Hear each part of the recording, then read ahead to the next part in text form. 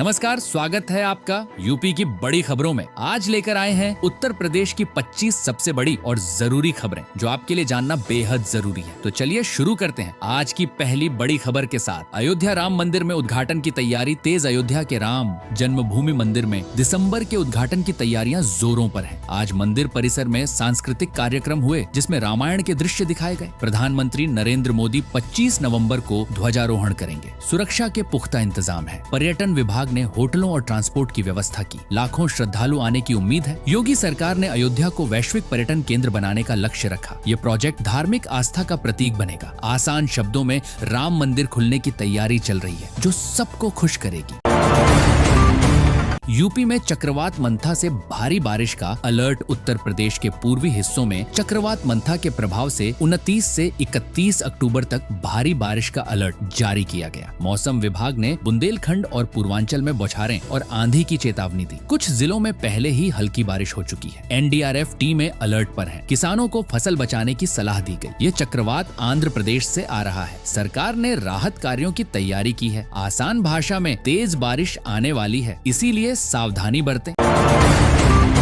गन्ने की कीमत में 8% की बढ़ोतरी। उत्तर प्रदेश सरकार ने किसानों को बड़ी राहत दी है। आज 29 अक्टूबर को घोषणा की गई कि नए फसल साल के लिए गन्ने की न्यूनतम समर्थन मूल्य बढ़ा दिया गया है। अगैती प्रजाति के गन्ने का दाम 370 रुपए से बढ़ाकर 400 रुपए प्रति क्विंटल कर दिया गया, जो करीब 8% की वृद्धि है। सामान्य प्रजाति का दाम भी 30 रुपए बढ़ाकर 390 रुपए कर दिया गया। यह फैसला चीनी मिलों को किसानों को चुकाने वाले मूल्य को प्रभावित करेगा। राज्य में गन्ना उत्पादन दूसरे नंबर पर है, इसीलिए लाखों किसानों को इससे फायदा होगा। सरकार का कहना है कि इससे किसानों की आय दोगुनी करने का लक्ष्य पूरा होगा। किसान संगठन इसे स्वागत योग्य बता रहे हैं, लेकिन कुछ कह रहे हैं कि और बढ़ोतरी की जरूरत। ये कदम किसानों के हित में एक महत्वपूर्ण नीति बदलाव है जो आगामी चुनावों से पहले आया है। कुल मिलाकर ये उत्तर प्रदेश के ग्रामीण अर्थव्यवस्था को मजबूत करेगा।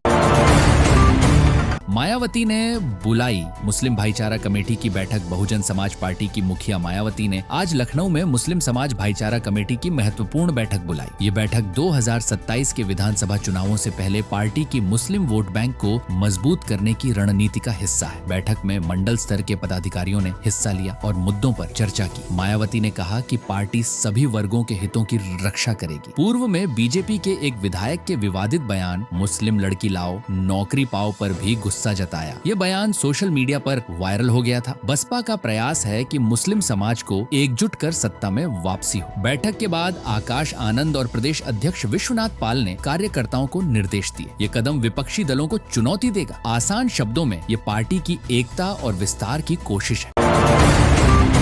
सीएम योगी बिहार चुनाव प्रचार के लिए रवाना। उत्तर प्रदेश के मुख्यमंत्री योगी आदित्यनाथ आज बिहार विधानसभा चुनाव के लिए एनडीए के स्टार प्रचारक बनकर रवाना हुए। उन्होंने सिवान के रघुनाथपुर, भोजपुर के शाहपुर और बक्सर में 3 जनसभाओं को संबोधित किया। रघुनाथपुर में आरजेडी प्रत्याशी ओसामा शाहब पर तंज कसते हुए कहा कि नाम जैसा काम। योगी ने अपराध पर जीरो टॉलरेंस की नीति की तारीफ की और बिहार को माफिया मुक्त बनाने का वादा किया। उन्होंने कांग्रेस पर भगवान राम को न मानने का आरोप लगाया। बिहार में योगी का स्वागत भोजपुरी में किया गया। यह प्रचार दौर बिहार चुनाव की हलचल बढ़ा रहा है। योगी ने कहा कि यूपी की तरह बिहार भी विकास की राह पर चलेगा। लाखों समर्थकों ने उनका स्वागत किया। ये यात्रा एनडीए की एकजुटता दिखाती है। अयोध्या राम मंदिर में ध्वजारोहण का ट्रायल। अयोध्या में राम जन्मभूमि मंदिर परिसर को दिसंबर तक पूरी तरह खोलने की तैयारी तेज हो गई। आज सेना ने ध्वजारोहण का ट्रायल रिहर्सल किया। पैराशूट फैब्रिक से बने 22 फुट लंबे ध्वज का परीक्षण हुआ जिसका वजन 11 किलो है। 25 नवंबर को प्रधानमंत्री नरेंद्र मोदी ध्वजारोहण करेंगे। सुरक्षा के कड़े इंतजाम हैं और सांस्कृतिक कार्यक्रम चल रहे हैं। हैदराबाद के कलाकारों ने रामायण के प्रसंग नृत्य से दिखाए। मंदिर निर्माण पूरा हो चुका है। श्रद्धालुओं में उत्साह है। योगी सरकार ने अयोध्या को पर्यटन केंद्र बनाने का लक्ष्य रखा है। ये ट्रायल सफल रहा जिससे दिसंबर की भव्य उद्घाटन की उम्मीद है। यूपी में 46 आईएएस अधिकारियों के बड़े तबादले। उत्तर प्रदेश सरकार ने रात में बड़े पैमाने पर प्रशासनिक फेरबदल किया। 46 आईएएस अधिकारियों को नए पदों पर भेजा गया। मिर्जापुर के डिविजनल कमिश्नर समेत कई बड़े नाम शामिल हैं। नोएडा में 6 थाना प्रभारियों, 41 इंस्पेक्टरों सहित 283 पुलिसकर्मियों के भी तबादले हुए। ये कदम प्रशासन को और चुस्त बनाने के लिए है। विपक्ष ने इसे चुनावी रणनीति बताया। नए अधिकारियों को किसानों और विकास कार्यों पर फोकस करने के निर्देश दिए गए। लखनऊ, गोरखपुर जैसे जिलों में बदलाव प्रमुख है। इससे सरकारी कामकाज में तेजी आएगी। आसान शब्दों में ये अफसरों की जगह बदलने का फैसला है जो राज्य को बेहतर चलाने में मदद करेगा। बहराइच में नाव पलटने से 12 लोग लापता। बहराइच जिले के सुजौली इलाके में कौड़ियाला नदी में एक नाव पलट गई। 12 से ज्यादा लोग लापता बताए जा रहे हैं। नाव में ग्रामीण परिवार सवार जो नदी पार कर रहे। तेज धारा के कारण हादसा हुआ। एनडीआरएफ और स्थानीय टीमें बचाव कार्य में जुटी हैं। जिलाधिकारी ने राहत कार्य तेज करने के आदेश दिए। यह घटना बाढ़ प्रभावित क्षेत्रों की समस्या दिखाती है। ग्रामीणों ने नदी पर पुल बनाने की मांग की। परिवारों में शोक की लहर है। सरकार ने मृतकों के परिजनों को मुआवजा देने का ऐलान किया।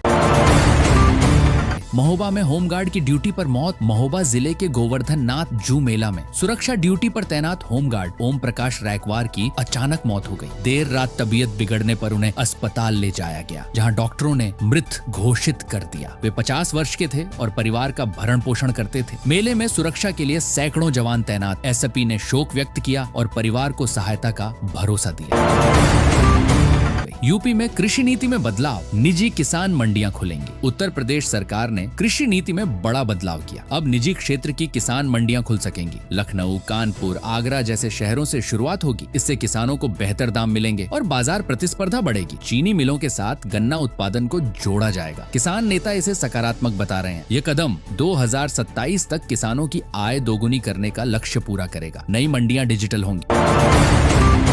मथुरा अस्पताल में बिना लाइसेंस दवाओं पर छापा। मथुरा के एक निजी अस्पताल पर बड़ी कार्रवाई हुई। औषधि निरीक्षक ने छापा मारा और बिना लाइसेंस के दवाएं बेचने पर स्टॉक जब्त कर लिया। शिकायत मिली थी कि नकली दवाएं बेची जा रही थी। अस्पताल मालिक के खिलाफ मुकदमा दर्ज होगा। यह घटना स्वास्थ्य सेवाओं की लापरवाही दिखाती है। जिलाधिकारी ने सभी अस्पतालों की जाँच के आदेश दिए। मरीजों को सलाह दी गई कि लाइसेंस चेक करें।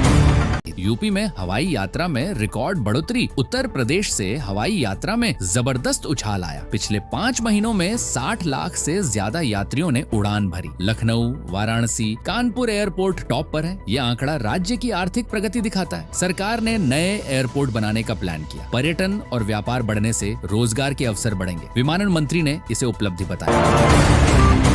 गाजियाबाद में भाजपा पार्षद पर फायरिंग का प्रयास। गाजियाबाद के कमला नेहरू नगर में भाजपा पार्षद शीतल चौधरी की कार पर अज्ञात बदमाशों ने गोली चलाने की कोशिश की। आज सुबह यह घटना कविनगर थाना क्षेत्र में हुई। पार्षद को कोई चोट नहीं लगी, लेकिन बदमाश हेलमेट पहने हुए थे, जिससे उनकी पहचान मुश्किल हो रही। पुलिस ने मौके पर पहुंचकर जांच शुरू कर दी है। सीसीटीवी फुटेज खंगाले जा रहे हैं। यह हमला राजनीतिक रंजिश से जुड़ा माना जा रहा है। पार्षद ने कहा कि वे डरने वाले नहीं और न्याय की लड़ाई लड़ेंगे। स्थानीय लोगों में डर का माहौल है। पुलिस ने सुरक्षा बढ़ा दी है। यह घटना यूपी में अपराध की बढ़ती प्रवृत्ति को उजागर करती है।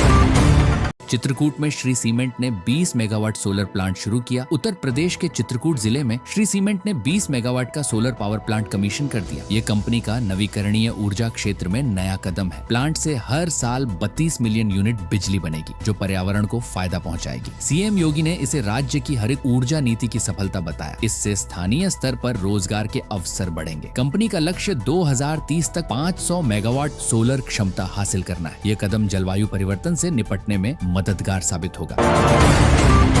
सुल्तानपुर में डॉक्टर पर सीएम के खिलाफ आपत्तिजनक टिप्पणी का केस। सुल्तानपुर जिले में एक सरकारी डॉक्टर पर मुख्यमंत्री योगी आदित्यनाथ के खिलाफ आपत्तिजनक टिप्पणी करने का मामला दर्ज हुआ। इसके अलावा आरोपी पर सरकारी जमीन पर कब्जा करने का भी आरोप। पुलिस ने शिकायत पर एफआईआर दर्ज की और जांच शुरू कर दी। डॉक्टर का कहना है कि यह राजनीतिक साजिश है। जिला प्रशासन ने सख्त कार्रवाई का ऐलान किया। यह घटना स्वास्थ्य सेवाओं में अनुशासन की कमी दिखाती है। स्थानीय लोग सरकार के फैसले का समर्थन कर रहे हैं। अगर आपको ये अपडेट्स पसंद आई हो तो वीडियो को लाइक, शेयर और चैनल को सब्सक्राइब करना ना भूलें, ताकि आप तक रोज पहुंचे यूपी की हर बड़ी और सटीक खबर सबसे पहले। मिलते हैं अगली वीडियो में, तब तक के लिए नमस्कार और बने रहिए हमारे साथ।